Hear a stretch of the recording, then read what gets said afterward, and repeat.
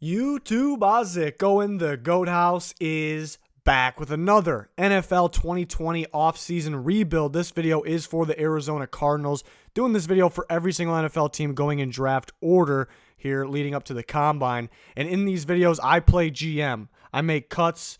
We fix the cap situation, take a look what it may look like, re-sign some players, and then go into free agency and see who I'm going to attempt to sign for my major free agency signings, and then we'll do a 7-round mock draft. So this video for the Arizona Cardinals, more of these videos to come, plenty more NFL content daily. Follow both of our channels, this one, and subscribe to our new channel, the Goat House Plus. There'll be a link down in the description and the comments, and you'll find a link for our Twitter and Instagram daily posts there. Please follow those, and then there'll be a description for the Patreon that has extra content down in the description as well. But first thing I like to do, kind of evaluate the depth chart, evaluate the roster of the Cardinals, see where we need to find, fill some needs here. Looking at receiver, yeah, they may look okay at receiver actually because, we got a guy like Larry Fitzgerald. Christian Kirk's a solid young talent. They drafted Andy Isabella last year, and there's some other young talent. Akeem Butler, I'm excited to see what he does, next year. But I actually still view it as a need at receiver. You can get better over some of these players. Larry Fitzgerald maybe got one more year left, and nobody runs as many receivers on the field as the Cardinals. 4 to 5 wide receiver sets, not a whole bunch of tight ends. So, and that's kind of why they extended Max Williams. They like him rotating in. So they do need another receiver, in my opinion.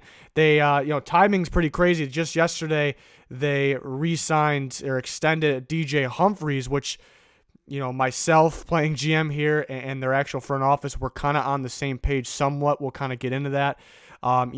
Center, you see AQ Shipley's a free agent. They could bring him back, but they drafted Galliard last year, who I actually like a lot. I think he actually can start. Really right tackle is what stands out there. I think they can, their guards are, you could get better, but they're solid. And then you got a QB of the future, obviously. And then you have the running back situation, which your running back one option is really Kenyon Drake, which is pretty wild after that, minor trade. So we'll see if we can extend him. And then the D-line definitely needs to get better. I was a little confused about the Zach Allen pick last year, how early it was, but, that's a guy that could step up. And I did like the Michael Dogby pick, which could be a good rotation guy. Looked pretty solid last year.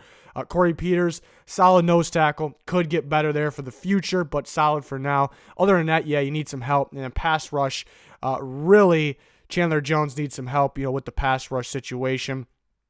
And in terms of the secondary, I kind of like their safety duo.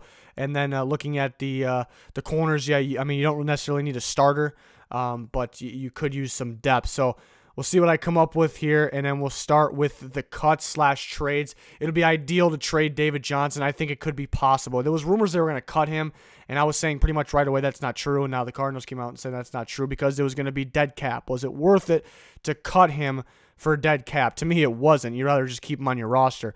I think you can trade him. Problem is, where's the value of running backs? Where's the value of running backs that'll be an 8.156 million cap hit? You'd rather just draft one. So if you do trade him, it's going to be, I think, a 5th round pick at the earliest. It might be 6th or 7th, but that could help. $51 million in cap space going into this period, and then after these cuts and trades, around 63.6. I'm cutting Robert Alford. You could keep him for a rotation corner. He could come on the field and help. I just don't see any use for an aging corner on this team, this young team with a 4.5 million cap hit, where you can potentially, save that. So I don't really see the point, but it's one that they very well could keep. 63 million is where we're at, and that's a good number. It's not really fantastic. It's a solid number, in today's NFL. So you kind of want to get up there to fill some of these needs because you want to compete next year. You want to be able to compete. You don't want to be in that rebuild mode anymore after this offseason. So then we're going over to resign, and yeah, like I said, it kind of worked out here. I had DJ Humphries here I'm going to resign, and just yesterday they did so. So I kind of kept that here to kind of talk about that I wanted them to do that because he's still a young left tackle. It's hard enough to find the left tackle, so you have a guy in place here.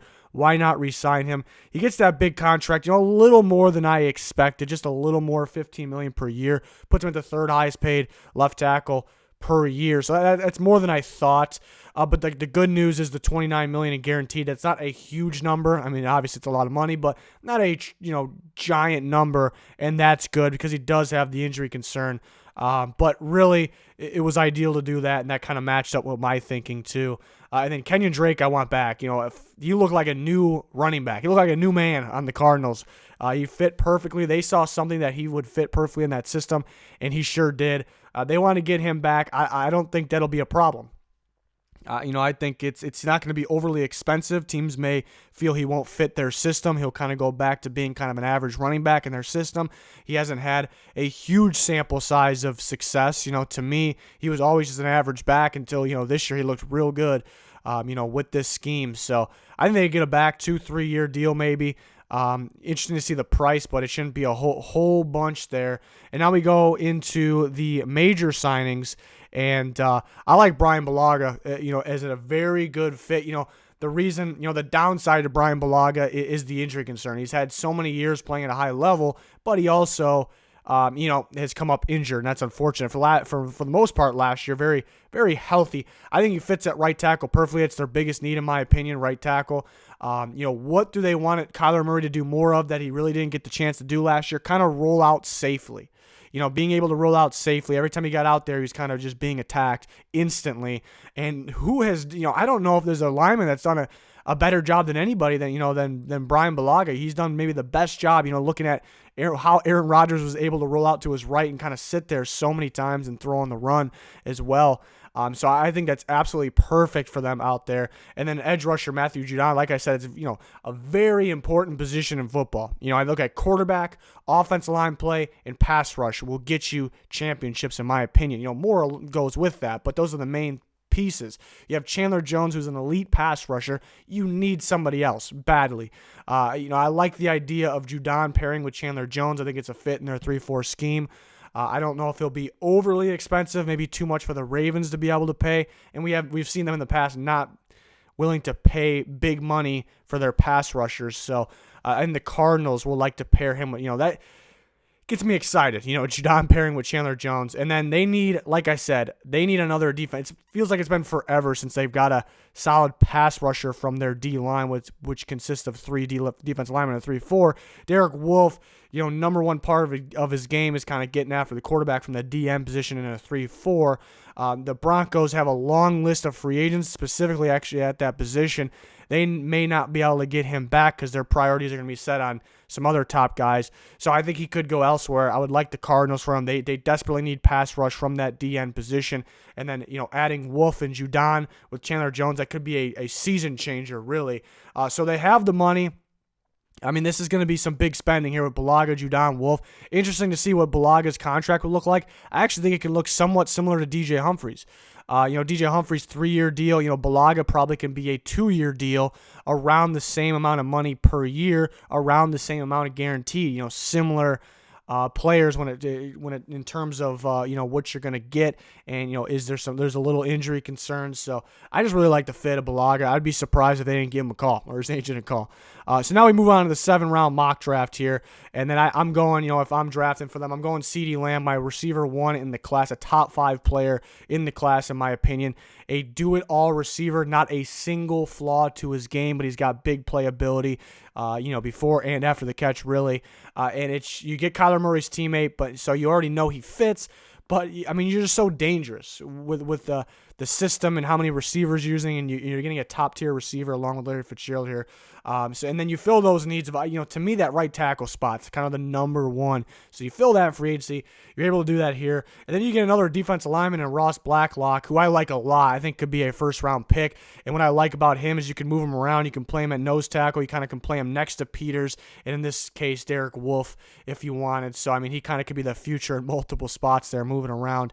I think too good to pass at this point for me in this simulation where I was only manually drafting for the Cardinals. And then Prince Tega Wanago from Auburn could be your left tackle of the future, or right tackle, because two guys that are kind of have the injury concern. They're not 100% proven. Really, Humphreys, they like him. They think he's proven, but not yet. I wouldn't say 100% for the future.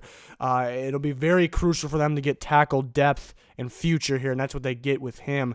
And then they could use a guard too, maybe not starting right away, but it's going to be very important for them to get that depth that could possibly be starters very early on. Very important. And they get the Michigan interior offensive line, which I really was impressed with their run blocking ability. Michigan that was.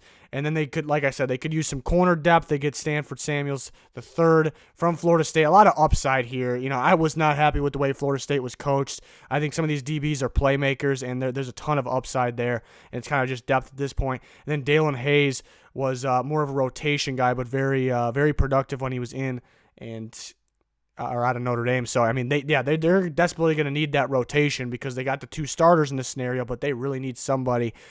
So I like this Cardinals team. If they do something like this in free agency, I know they're maybe in the toughest division in football, but they can make some noise because you see through free agency and through maybe the first two picks, you're starting to get rotation guys, and that's really a good sign. It's much, much needed, very important rotation guys.